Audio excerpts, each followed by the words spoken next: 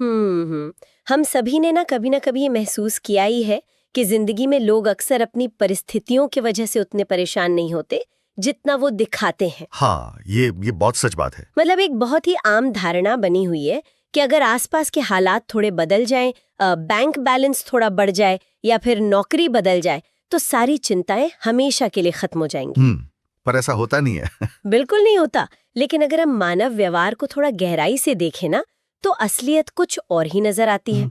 मैंने ये महसूस किया है कि हमारी जो सबसे बड़ी रुकावट है, हमारी सबसे बड़ी विफलता अक्सर कोई बाहरी परिस्थिति नहीं होती। तो फिर वो क्या होती है? वो होती है तनाव, डर या आलोचना के प्रति हमारी अपनी तुरंत प्रतिक्रिया, जिसे हम इम्पल्सिव रिएक्शन कहते हैं। बिल्कुल। मतलब एक पल का गुस्सा और बस 10 सेकंड के अंदर कहा गया कोई एक वाक्य किसी के भी कई सालों के बने बनाए काम को पूरी तरह बिगाड़ सकता है। मैं यही सोच रही थी आज। ये एक बहुत ही सटीक अवलोकन है और आज की इस विस्तृत चर्चा का, इस पूरी डीप डाइव का आधार भी असल में यही है। हाँ।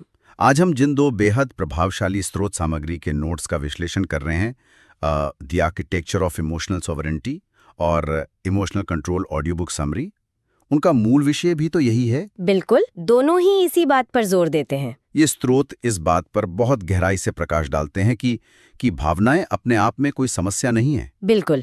बल्कि उनके प्रति हमारा वो जो बिना सोचे समझे उठाया गया कदम होता है ना, असली समस्या तो वो है। एकदम सही कहा। और इसीलिए आज के इस विश्लेषण का, हमारी इस चर्चा का मुख्य मिशन ही ये समझना है कि अपनी भावनाओं पर नियंत्रण रखना किसी भी इंसान के लिए जीवन का सबसे मूल्यवान कौशल, सबसे वैल्यूएबल स्किल आखिर क्यों है।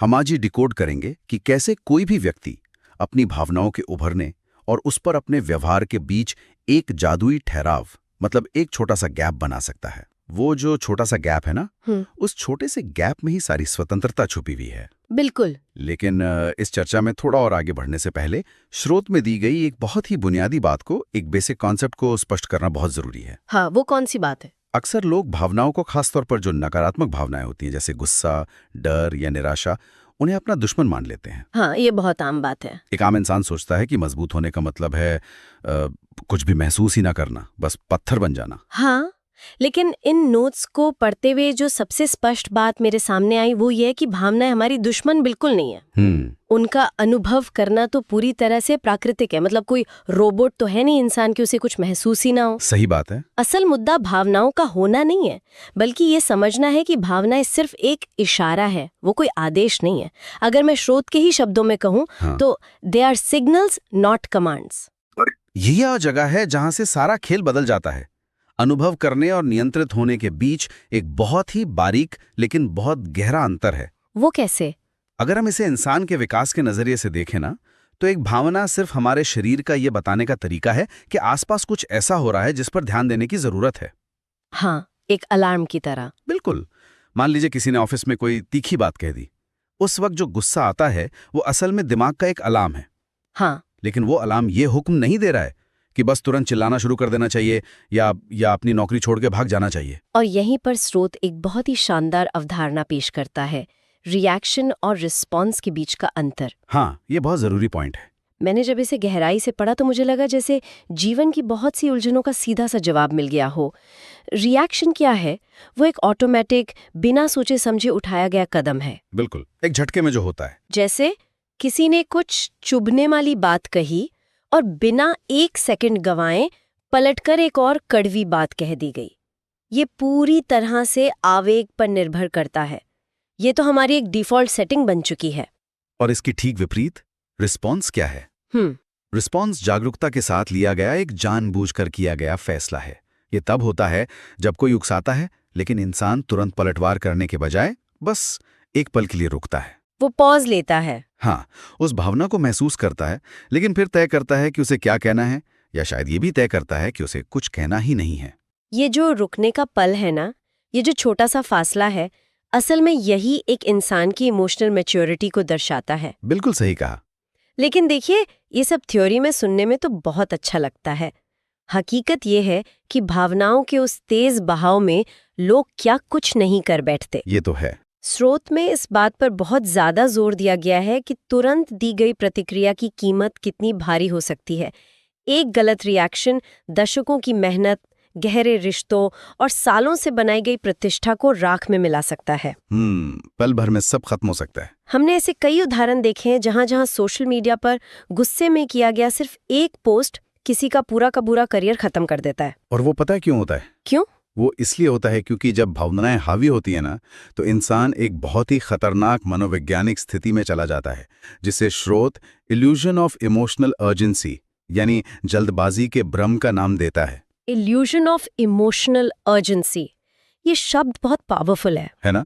जब हम बहुत तेज भावनाओं के प्रभाव में होते हैं, चाहे वो अत्यधिक क्रोध हो या अचानक पैदा हुआ कोई डर, तो हमारे दिमाग का जो सोचने समझने वाला तार्किक हिस्सा होता है वो शट डाउन होने लगता है। और तब दिमाग अंदर से ये भ्रम पैदा करता है कि मुझे अभी के अभी जवाब देना है, अगर मैंने अभी कुछ नहीं कहा तो मैं कमजोर दिखूंगा, या फिर मुझे तुरंत अपना बचाव करना ही है। एकदम सही। ऐसा लगने लगता है जैसे दुनिया ही खत्म होने वाली है अगर उस एक मैसेज का रिप्लाई उसी वक्त नहीं किया गया। हाँ, ये एक तरह का बायोलॉजिकल धोखा है जो हमारा शरीर हमें दे रहा होता है। तेज भावनाएं सच को देखने के हमारे नजरिए को पूरी तरह से धुंधला कर देती हैं। हमारा दिमाग हमें यकीन दिला देता है कि ये स्थिति करो या मरो वाली है, जबकि असल में वो सिर्फ एक मामूली सा ईमेल होता है या किसी की कोई बेवकूफ़ी भरी टिप्पणी होती है। हम सभी ने कभी न कभी रात के 11:30 बजे गुस्से में कोई ईमेल या लंबा चौड़ा मैसेज टाइप किया ही होगा। बिल्कुल किया है। उस वक्त ऐसा लगता है कि ये मैसेज भेजना दुनिया का सबसे जरूरी काम है, इसके बिना तो नींद ही नहीं आएगी। हाँ, वो अर्जेंसी फील होती है। लेकिन स्रोत में इस भ्रम को तोड़ने का एक बहुत ही अचूक नियम बताया गया है, और वो है समय को बीतने देना, सिर्फ डिले करना। समय से बेहतर कोई फिल्टर है ही नहीं। बिल्कुल। जब भी वो इल्यूजन ऑफ अर्जेंसी हावी हो ना, तो खुद को सिर्फ इतना बताना होता है कि ठीक है, मैं इसका जवाब दूंगा, लेकिन 10 मिनट बाद या शायद कल सुबह। हाँ। ये जो समय बीतने का इंतजार है, ये भावनाओं की तीव्रता को कमजोर कर देता है। बिल्कुल वैसे ही जैसे उबलते हुए पानी से आग हटा लेने पर वो धीरे धीरे खुद ही शांत हो जाता है। और सबसे मजे की बात यह है कि जब वो समय बीत जाता है और वो जल्दबाजी का भ्रम टूटता है, तब हम अक्सर ये पाते हैं कि हमें वो कड़वा जवाब देने की कोई जरूरत ही नहीं थी। एकदम सही बात है। हाँ। समय के साथ मानसिक स्पष्टता अपने आप वापस आ जाती है। लेकिन यहाँ एक बहुत ही व्यावहारिक सवाल ये उठता है कि जब खून खौल रहा हो तो उस पल में रुकना इतना आसान तो होता नहीं है। बिल्कुल नहीं होता। तो ये ठहराव लाना शुरू कैसे किया जाए? इसकी पहली सीढ़ी क्या है? इसकी शुरुआत उस चीज से होती है जिसे हम अवेयरनेस या जागरूकता कहते हैं।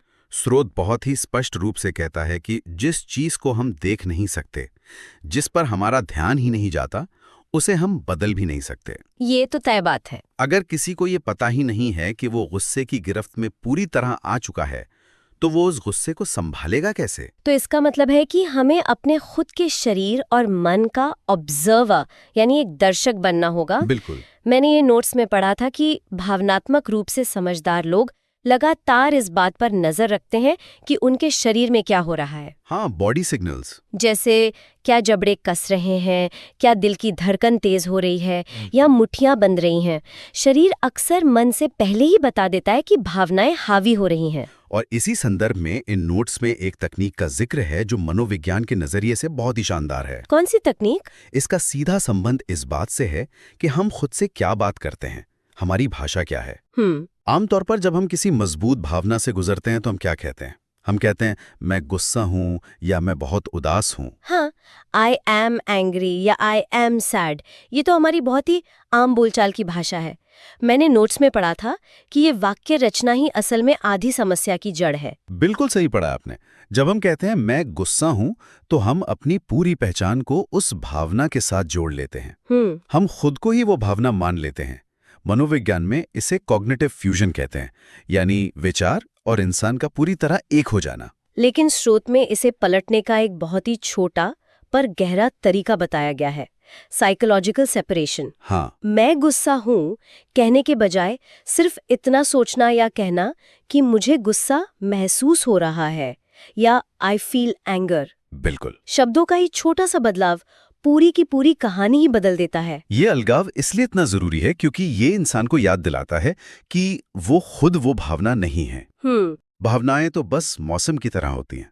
जैसे आसमान में काले बादल आते हैं, बरसते हैं और चले जाते हैं, लेकिन बादल तो आसमान नहीं है ना। बहुत ही खूबसूरत उदाहरण है ये। इसी तरह भावनाएं इंसान के मन के आसमान से गुजरने वाले बादल हैं और इंसान खुद वो विस्तृत आसमान है। वाह। जब हम ये कहना शुरू करते हैं कि मुझे गुस्सा महसूस हो रहा है, तो हम तुरंत उस भावना के चंगुल से बाहर निकलकर एक दर्शक बन जाते हैं। ये सच में एक बहुत ही शक्तिशाली विचार है। मैं गुस्सा हूं से मुझे गुस्सा महसूस हो रहा है तक का सफर इंसान को एक कठपुतली से निकालकर मंच का निर्देशक बना देता है। बिल्कुल ऐसा ही है। लेकिन कई बार जब हम इस शांत और संयमित व्यवहार की बात करते हैं ना, तो एक सामाजिक दुविधा भी सामने आती है। वो कैसे? अक्सर ऐसा माना जाता है कि अगर कोई इंसान विवाद के समय शांत रहे, चिल्लाए नहीं, तो वो कमजोर है। लोग सोचते हैं कि ये तो डर गया। ये शायद हमारी सोसाइटी की सबसे बड़ी गलतफहमी है। उथल पुथल और अफरा तफरी के माहौल में जो इंसान सबसे ज्यादा शोर मचा रहा होता है ना, अक्सर वही अंदर से सबसे ज्यादा डरा हुआ और असुरक्षित होता है। ये बात एकदम सच है। सच्ची ताकत तो शांति में है। नोट्स इसे साइलेंट रेगुलेशन कहते हैं। और यही हमारी आज की इस चर्चा का सबसे अहम पड़ाव है। शांति एक असली ताकत के रूप में। बिल्कुल। शांत रहना कोई कमजोरी नहीं है, बल्कि एक बहुत बड़ा कॉम्पिटिटिव एडवांटेज है। हाँ। जब ऑफिस की मीटिंग में सब एक दूसरे पर चिल्लाए हों या कोई बहस बहुत तीखी हो गई हो, उस वक्त जो इंसान अपनी आवाज नीची रखता है, जो शांत रहता है, अंततः उसी की बात सबसे ज्यादा सुनी जाती है। क्योंकि दबाव और तनाव के क्षणों में तार्किक बने रहना एक बहुत ही दुर्लभ कला है। कोई भी व्यक्ति आसानी से भड़क सकता है, चीख सकता है। वो तो आदिमानव काल से इंसान की फितरत रही है, इसमें नया क्या है? बिल्कुल, वो तो सबसे आसान काम है। लेकिन जब उकसाया जाए, तब अपनी मानसिक स्थिरता बनाए रखना असली नियंत्रण है। शांत दिमाग से ही बेहतर फैसले लिए जा सकते हैं। ये सच है, लेकिन ये इमोशनल डिसिप्लिन कोई ऐसी चीज तो है नहीं जो हमें जन्म से मिलती है। नहीं, बिल्कुल नहीं। ये एक स्किल है जिसे जिम में मसल्स बनाने की तरह ही ट्रेन किया जा सकता है। और स्रोत में इस ट्रेनिंग के कुछ बहुत ही व्यवहारिक और ठोस कदम बताए गए हैं। हाँ, और उन कदमों में सबसे पहला और सबसे जरूरी कदम है थोड़ी देर की परेशानी, जिसे टेम्पररी डिस्कम्फर्ट कहा जाता है, उसे सहने की आदत डालना। ये सबसे मुश्किल हिस्सा होता है। तो ये टेम्पररी डिस्कम्फर्ट असल में होता क्या है? जब कोई इंसान हमें कोई बुरी बात कहता है, तो हमारे अंदर तुरंत पलटकर जवाब देने की एक भयानक खुजली होती है। हाँ, एक अजीब सी बेचैनी। बिल्कुल। शरीर के अंदर एक शारीरिक बेचैनी पैदा होती है। ऐसा लगता है कि जब तक हम उस इंसान को खरी खोटी नहीं सुना देंगे ना, तब तक हमें चैन ही नहीं मिलेगा। वो बेचैनी बहुत असहज होती है। और स्रोत यही सिखाता है कि उस बेचैनी के साथ चुपचाप बैठना सीखना है। उस खुजली को मिटाना नहीं है, बस उसे ऑब्जर्व करना है। एकदम सही। ये जानना कि वो बेचैनी हमेशा के लिए नहीं रहने वाली। वो बस 90 सेकेंड या कुछ मिनटों का एक रासायनिक तूफान है जो शरीर में उठा है। अगर हम उस तूफान के गुजरने तक शांत रह गए तो हम जीत गए। और उस तूफान को शांत करने के लिए जो बाकी व्यवहारिक कदम बताए गए हैं, वे भी बहुत मददगार साबित होते हैं। जैसे गहरी सांस लेना। हाँ, और ये कोई आध्यात्मिक बात नहीं है, ये पूरी तरह से विज्ञान है। जब इंसान गहरी सांस लेता है तो वो अपने नर्वस सिस्टम को ये सिग्नल भेज रहा होता है कि कोई खतरा नहीं है, मैं बिल्कुल सुरक्षित हूँ। तो इससे दिमाग को शांति मिलती है। बिल्कुल। इससे दिमाग का वो हिस्सा जो इम्पल्सिव रिएक्शन पैदा करता है, वो शांत होने लगता है। और इसके साथ ही एक और कदम है नकारात्मक विचारों को रीफ्रेम करना। हाँ, रीफ्रेमिंग। यानी स्थिति को देखने का नजरिया पूरी तरह से बदल देना। अगर कोई व्यक्ति बहुत रूड तरीके से बात कर रहा है, तो तुरंत ये सोचने के बजाय कि ये मेरा अपमान कर रहा है, इसे इस तरह रीफ्रेम किया जा सकता है कि शायद इस इंसान का दिन बहुत खराब गुजरा है और ये बस अपनी भड़ास निकाल रहा है, इसका मुझसे कोई लेना देना नहीं है। ये रीफ्रेमिंग इंसान को स्थिति से व्यक्तिगत रूप से जुड़ने से बचाती है। जब हम बार बार अपनी भावनाओं को इस तरह से रेगुलेट करने का अभ्यास करते हैं, यानी रुकना, गहरी सांस लेना, तुरंत जवाब देने से बचना और उस टेम्पररी डिस्कम्फर्ट को सहना, तो समय के साथ हमारे अंदर एक गजब का मानसिक लचीलापन या रेजिलियंस बन जाता है। और फिर छोटी मोटी बातें इंसान को आसानी से परेशान नहीं कर पाती। बिल्कुल नहीं कर पाती। और यही बात इस पूरे विश्लेषण का सबसे खूबसूरत निष्कर्ष निकालती है। जब हम इन सभी बातों को एक साथ जोड़कर देखते हैं, तो एक बहुत ही स्पष्ट संदेश उभर कर आता है। इस दुनिया में जो भी परिस्थितियां सामने आती हैं, मौसम कैसा होगा, बाजार कैसा चलेगा या दूसरे लोग हमारे साथ कैसा व्यवहार करेंगे, इन सब पर किसी भी इंसान का कोई नियंत्रण नहीं होता। बिल्कुल नहीं। दुनिया को हम अपने हिसाब से तो नहीं चला सकते।